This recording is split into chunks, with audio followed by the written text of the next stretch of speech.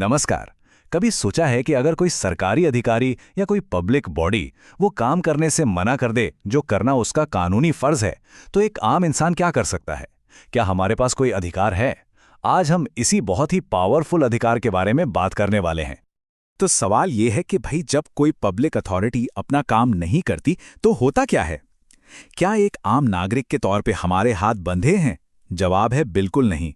और हमारे पास जो रास्ता है वो कोई छोटा मोटा रास्ता नहीं, बल्कि हमारे संविधान से मिली एक बहुत बड़ी ताकत है। इस ताकत का नाम है रिट ऑफ मैंडेमस। मैंडेमस एक लैटिन शब्द है जिसका सीधा मतलब होता है हम आदेश देते हैं। सोचकर देखिए, ये देश की सुपीरियर कोर्ट का एक सीधा ऑर्डर है जो किसी भी सरकारी अधिकारी या संस्था को कहता है ये आपकी कानूनी जिम्मेदारी है और आपको इसे पूरा करना ही होगा। इसमें कोई अगर मगर नहीं चलता। चलिए अब ये समझते हैं कि इस पावरफुल टूल का इस्तेमाल आखिर कब किया जा सकता है। देखिए, ऐसा बिल्कुल नहीं है कि इसे हर सिचुएशन में इस्तेमाल कर सकते हैं। नहीं, इसके लिए कुछ खास शर्तें हैं जिनका पूरा होना बहुत जरूरी है। तो इस ताकत को इस्तेमाल करने की 4 चाबियां हैं। पहली, वो काम करवाने का एक लीगल राइट, एक कानूनी हक होना चाहिए। दूसरी, जिस अथॉरिटी से काम करवाना है उसकी वो पब्लिक या कानूनी ड्यूटी होनी भी चाहिए। तीसरी, उनसे काम करने के लिए पहले कहा गया हो पर उन्होंने मना कर दिया हो। और चौथी और सबसे जरूरी बात, उस समस्या को सुलझाने के लिए कोई दूसरा तेज और असरदार कानूनी रास्ता मौजूद ना हो। तो ये आदेश, ये कमांड किसके खिलाफ दिया जा सकता है? इसका दायरा असल में बहुत बड़ा है। इसमें केंद्र और राज्य सरकारें, हमारी नगरपालिकाएं, पब्लिक कॉरपोरेशंस जैसे कि यूनिवर्सिटीज, निचली अदालतें और ट्रिब्यूनल्स, और यहां तक कि अलग अलग सरकारी अधिकारी तक सब इसके दायरे में आते हैं। ठीक है, अब जितना ये जानना जरूरी है कि मैंडेमस कब लागू होता है, उतना ही जरूरी ये भी है कि ये कब लागू नहीं होता। इसकी सीमाओं को समझने से ही हमें इसकी असली ताकत का अंदाजा होता है। यहां एक बहुत बड़ा फर्क समझना होगा, और वो फर्क है अनिवार्य यानी मैंडेटरी और विवेकाधीन यानी डिस्क्रिशनरी ड्यूटी में। मैंडेमस सिर्फ और सिर्फ अनिवार्य कामों के लिए है, मतलब वो काम जो कानूनन करने ही पड़ेंगे। ये उन विवेकाधीन कामों पर लागू नहीं होता जहां अधिकारी के पास ये चुनने का विकल्प हो कि काम करें या ना करें। आसान भाषा में कहें तो ट्रैफिक लाइट पर रुकना अनिवार्य है, लेकिन घर जाने के लिए कौन सा रास्ता लेना है ये विवेकाधीन है। इसके अलावा कुछ और जरूरी बातें भी हैं।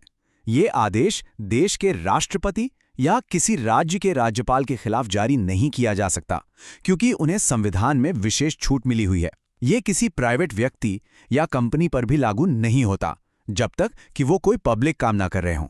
और हाँ, इसका इस्तेमाल किसी प्राइवेट कॉन्ट्रैक्ट को लागू करवाने के लिए भी नहीं किया जा सकता।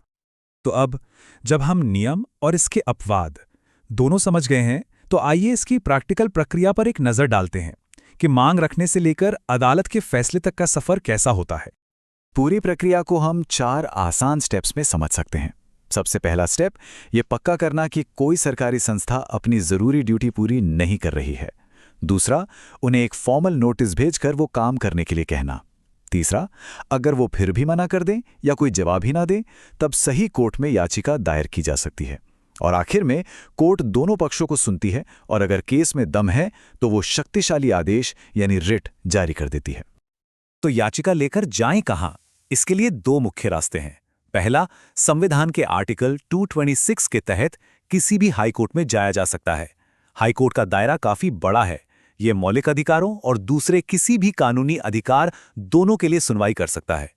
दूसरा रास्ता है आर्टिकल 32 के तहत सीधे सुप्रीम कोर्ट जाना। लेकिन याद रखने वाली बात यह है कि यह रास्ता सिर्फ और सिर्फ तभी खुला है जब मामला सीधे सीधे मौलिक अधिकारों के हनन से जुड़ा हो।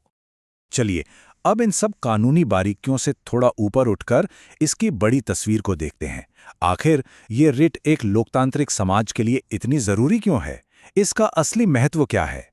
तो समझिए, मैंडेमस सिर्फ एक कानूनी प्रक्रिया नहीं है, ये उससे कहीं ज्यादा है। ये न्याय, सरकारी जवाबदेही और सबसे बढ़कर कानून के राज को बनाए रखने का एक बहुत ही जरूरी हथियार है।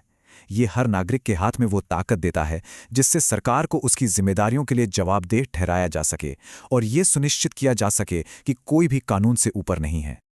तो क्या ये कहा जा सकता है कि ये पब्लिक अकाउंटेबिलिटी यानी सार्वजनिक जवाबदेही के लिए सबसे बड़ा और सबसे कारगर हथियार है?